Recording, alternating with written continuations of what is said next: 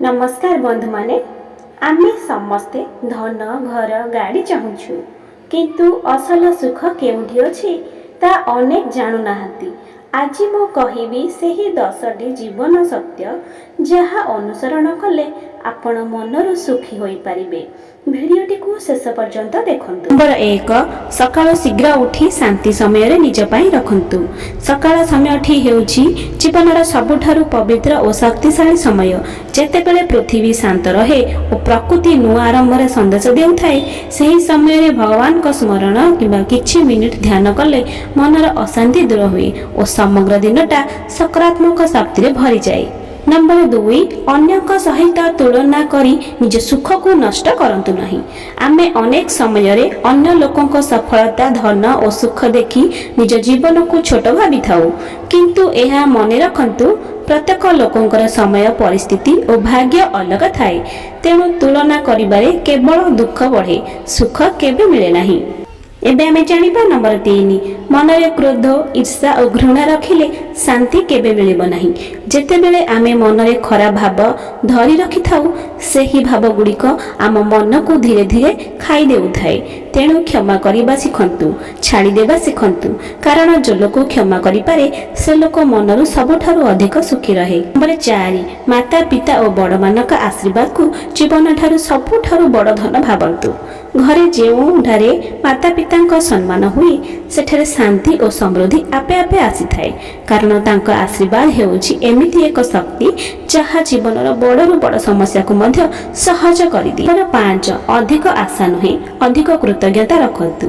आमे जेतेबेले सबु किछि रे अधिक आशा रखि थाउ सेतेबेले निराशा आसीबा निश्चित, किंतु जेते थिबारु धन्यवाद दिबा आरंभ करि देबु सेते मनरु संतोष बढ़िबो और सेही संतोष ही सत सुखर आधार। 6 प्रतिदिन निज मन सहित किछि समय काटंतु। एही व्यस्त जीवन रे आमे समस्तक पाई समय देउछु, किंतु निज मनर कथा सुनिबाकू समय देउनाहु।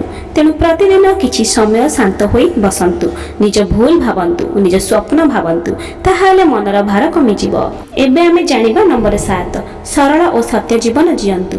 देखैला और अन्य को प्रभावित करिबा पई जीवन जियंतु नाही, कारण एहा थोड़ा समय पई खुशी देउथाय, किंतु सरल और सत्य जीवन दीर्घ समय पई शांति और सुख देइथाय। नंबर 8 खराब समय को जीवन शिक्षा भावंतु।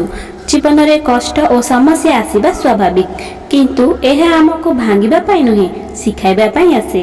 तेणु प्रत्येक खराब समय किछि सिखंतु और आगको बढ़ंतु।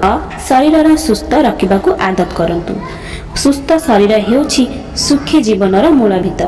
जदि शरीर भल न थाए तेबे केते धन थिले मध्य सुख मिले नाही। तेणु भल खाद्य नियमित हाटा और व्यायाम को दैनिक जीवनर अंश करंतु। 10 अन्यक मुहरे हस आनिबाकू चेष्टा करंतु।